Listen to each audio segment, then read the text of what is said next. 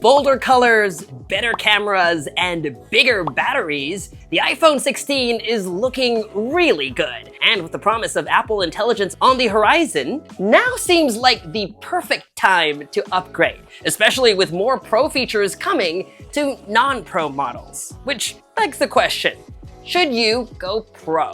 Hi, I'm Michael Josh, your gadget matchmaker, and over the last decade, I've made it my job to show people around the world that tech can be easy, fun, and exciting. On this channel, I give you special access to the products I review, the events I attend, and all the interesting people I get to meet along the way. So, if you're looking for a new iPhone, give this channel a like and subscribe, and I'll help you find the right one to match your needs. This is our iPhone 16 review.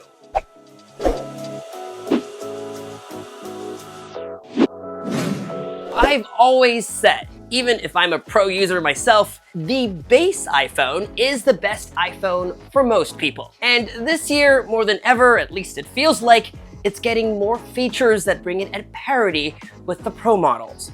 For example, a few years ago when Dynamic Island first launched, it was only available on the iPhone 14 Pros, only to come to the base iPhone 15 a year later. That same year, only the 15 Pro series got the action button, which has been added to the iPhone 16 this year. It's understandable, maybe it's Apple's way of differentiating the two models, giving the Pros some features first. But surprise, surprise, that's not the case this year. Apple is debuting a new button/touchpad for the iPhone called Camera Control, and they're bringing it to both the iPhone 16 and 16 Pro. Apart from that, bigger batteries are across the board, as well as 25-watt fast wireless charging. Camera features like spatial video, photographic styles, and audio mix, and of course, there's A18 and A18 Pro chips, both designed to power the demands of Apple Intelligence. But I'm getting ahead of myself. Let's start our journey talking about design and color.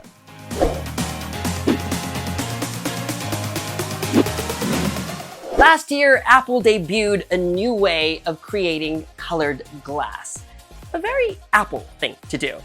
Let me rewind. Back in the day, color on iPhones was achieved with a layer of glass over a coating of paint. That's an oversimplification, but that's basically how it works. And that's what a lot, if not most smartphone companies still do today. Of course, Apple being a little bit extra was like, let's make some colored glass, which is easier said than done, especially if you want to ensure durability. To create color-infused glass, Apple tackled this challenge at a molecular level. Glass is infused with nanocrystalline particles, which allow the color to be deeply embedded. But initially, that came at the cost of vibrance, which explains why the iPhone 15s were more of a pastel lineup. This year, however, through a year's worth of experimentation, they've managed to give us fans what we've been clamoring for: rich, vibrant colors, all while ensuring the best combination for glass strength and durability. Compare last year's pink with this year's pink, and last year's blue with this year's ultramarine.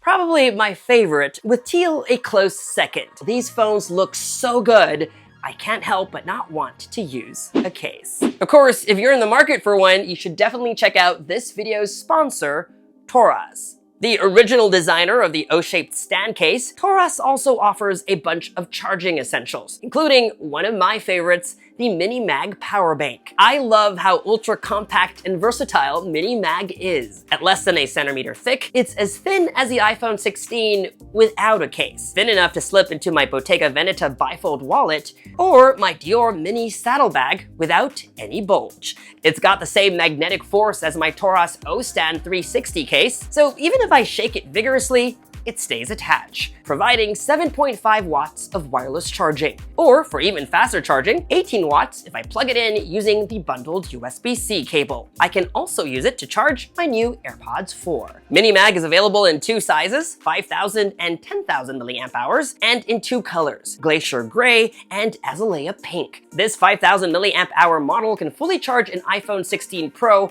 1.5 times, more than enough for a full day out and about. If you're in the market for a new slim and light power bank for your new iPhone, check out the Torras Mini Mag. I'll put a link in the description box below.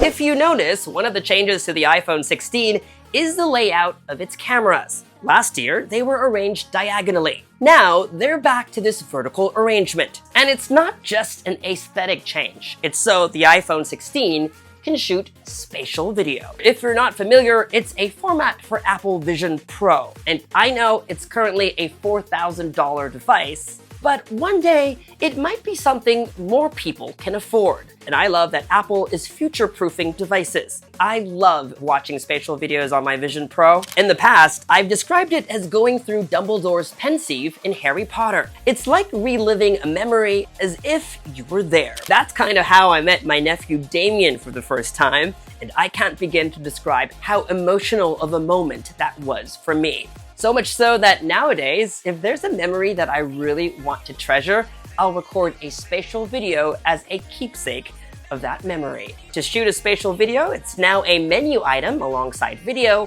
photos, portrait, and pano.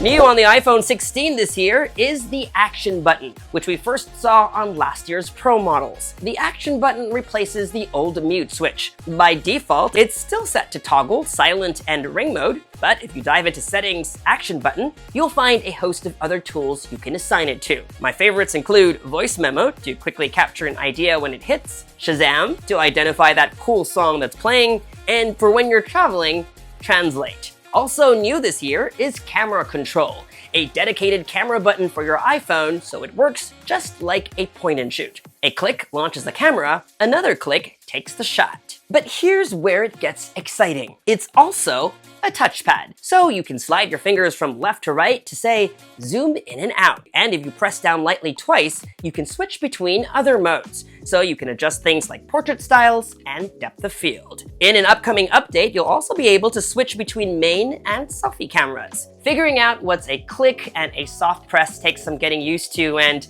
unfortunately, Apple didn't really include a tutorial, but here's my advice. Rest your finger on Camera Control, and without lifting it, press down ever so slightly. You'll feel some haptic feedback, and it shouldn't take too long to get a hang of it. Also worth noting is the kind of case that you use. Apple cases have a built-in capacitive sensor that talks to all the tech underneath. Most other manufacturers, at least for now, offer a case with a cutout for the camera connector. And depending on how the case is designed, maybe if there's a large bumper, it might make getting to camera control a bit harder.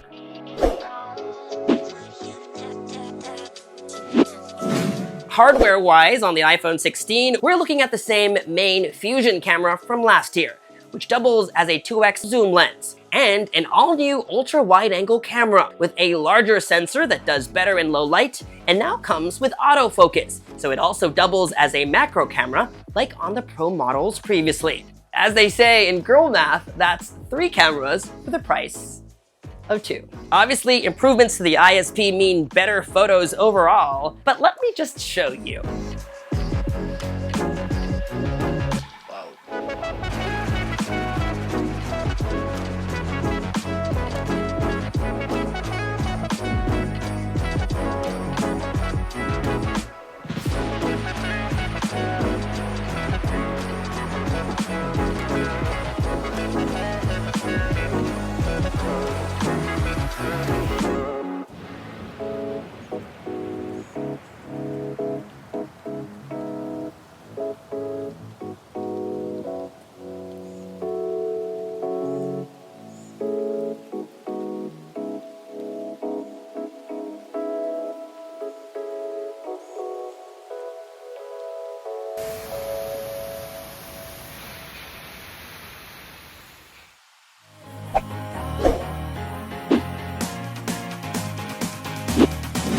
Who doesn't love a good battery upgrade? While Apple promises 2 and 1 hour of additional video playback for the iPhone 16 and 16 Plus respectively, teardowns have revealed more than a 6% bump in battery capacity this year. Of course, it all boils down to how you use your phone, but based on my usage, that means about a 30-minute to an hour difference. While I love the size of the iPhone 16, if you want long battery life, you'll most definitely want the iPhone 16 Plus, which lasted me about 10 to 11 hours on average, versus the iPhone 16, which did 6, maybe 7 at best. Charging speeds have been improved with support for up to 45 watts when needed. However, in our GadgetMatch charging tests, wired charging speeds were mostly unchanged. We got to 18 and 16% in 10 minutes, 67 and 65 in 30, 89 and 87% in an hour. A full charge took 1 hour and 52 minutes and 1 hour and 49 minutes on the iPhone 16 and 16 Plus, respectively. Wireless charging is where you'll notice the bigger difference versus last year's models, with support for up to 25-watt wireless charging using Apple's MagSafe charging puck, or 15 watts using any Qi2 certified device.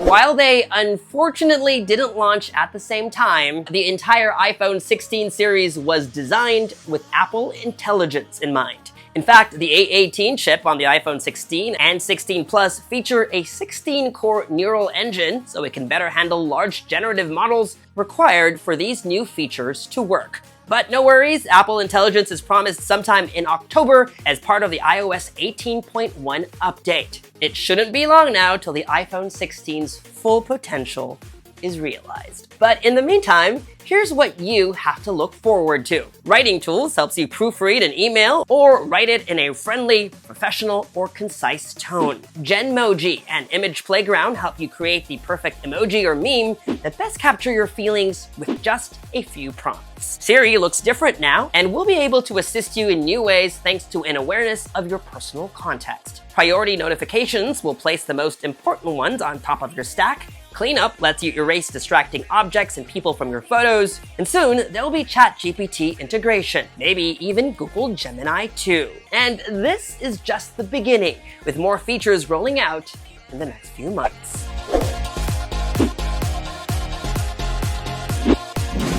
So, what don't you get if you don't go Pro? Simply put, the iPhone 16 and 16 Plus get all the core features. Pro models get more advanced tools that creative professionals care more about, like an 18 Pro chip that, among other things, enables filming at 4K 120 frames per second, 2x ray tracing speeds when playing a AAA game, and USB-C 3.2 fast data transfers. Then there's the 5x telephoto camera. If I could put it out there as a wish list, what I would like to see next year is that Apple bring that 120Hz ProMotion display across the board for that buttery goodness and that always-on display so that I can see the time and notifications even when my phone is dim.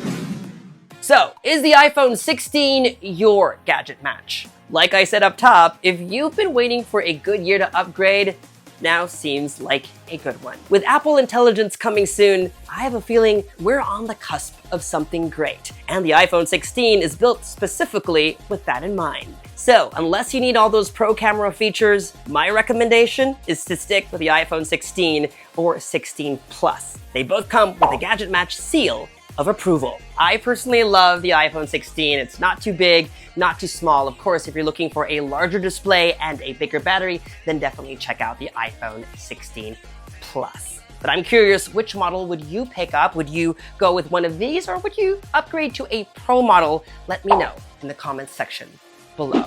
During Apple's September Glow Time event, they promised up to $1,000 off with select partners. And as you know, there's always some fine print. So during iPhone launch day at the Fifth Avenue store in New York, I sat down with an Apple team member to get the lowdown. If you have a device that you want to trade in, you can. You just have to pick a specific plan. Once you pick that specific plan, you get up to $1,000 off, and you're financing that device over time. You get unlimited talk, you get unlimited text, and you get unlimited data as well. She's talking about this plan. Boost Mobile's Infinite Access for iPhone, which is $65 a month. You get $1,000 off all iPhone 16 models, but there's one caveat. When you select the plan, it's going to be a $65 plan. Automatically, that would enroll you as a new customer. If you're an existing Boost customer, you would not be able to take advantage of this deal. But if you're a new customer, the key term is that you have to be a new customer. you can get up to $1,000 so long as you're financing it over time. And then, like you said, if you have a device that you want to trade in, you can get additional money on top of that. Speaking of trade-ins, Apple offers up to $650 if you're trading in an iPhone 15 Pro Max. It shouldn't have any cracks and must be in proper working order. So I brought in mine from last year, and here's what happened. So then we go through a series of questions. It lets me know that it's going to be $650, right? So it's asking me these questions. Is the battery swollen? Right. Is the battery swollen? As I can see right now, the battery is not swollen. So we're going to hit no. So then it asks you to do a smart assessment. With the smart assessment, I'm going to scan the QR code. So I'm going to open in diagnostics right now, right? And it's basically giving you terms and conditions, basically saying that you're agreeing, right, to allow us to run this diagnostic on here, okay? A few minutes later. The assessment that we actually did, it's correct. You're going to get the $650, okay? Oh, yay. I got $650 towards a new iPhone 16 Pro Max or as a gift card. Next up, I tried to trade in Chai's broken iPhone 15 Pro. People, when they come in with this device, they automatically think that they're disqualified. So not to say that you won't get full value, right? You will get some deductive value. So I'm going to do an assessment right now to see what that value is, okay? So this device, just from a physical assessment, it looks like it doesn't power on. We've tried to put it on a charger and it doesn't. You have some damage right here. Every single device that you come into an Apple store, if you're trying to trade it in for value, monetary value, it does have to power on. So for this device, there would be no value for this. If for whatever reason you had Apple Care that's on this device, Apple Care is a protection plan that covers physical damage, liquid damage, theft, and loss, depending on which country you're in. You could go to the Genius Bar and you can get the screen fixed for $29. Once you get the phone fixed, then you could trade it in and we could run an assessment to let you know how much value you would get for this one. And finally, a Google Pixel 7 Pro. So at Apple, everyone is welcome. We don't, it doesn't matter what type of phone you have. We've taken all trade-in. So if you were to trade in a non-Apple device, right? Once you go to the online site, there's a section for Android, and then you can see the values there. For Google's Pixel 7 Pro, getting up to $175. For the full list, visit apple.com/shop/trade-in. You can also choose to trade in online, but at an Apple store, you get immediate feedback on your assessment. You also get someone to help you move in to your new phone. Speaking of, Chantel gave me 3 tips on things to do before trading in your iPhone. The first tip that I would say is definitely have patience. As an Apple team member, we want to make sure that all your devices transferred over, right? So before you come into the store, you want to make sure that your software is up to date. We want to make sure that you have an iCloud backup. Now, if you don't take advantage of an iCloud backup and paying for that storage, that's totally okay. Like I stated before, we can make sure that we transfer the information over for you, right? Before you trade in a device, you have to take off Find My. So we just want to make sure that you know your Apple ID and password. And that was our iPhone 16 review. For more videos like this one, you know the drill, folks. Subscribe to this YouTube channel and hit that bell icon so that you get notified as soon as we upload. Follow me on social media for all the behind-the-scenes moments, travel, and fashion. And for news and updates, make GadgetMatch.com your daily habit. Until the next video, I'm Michael Josh. Thanks for dropping by.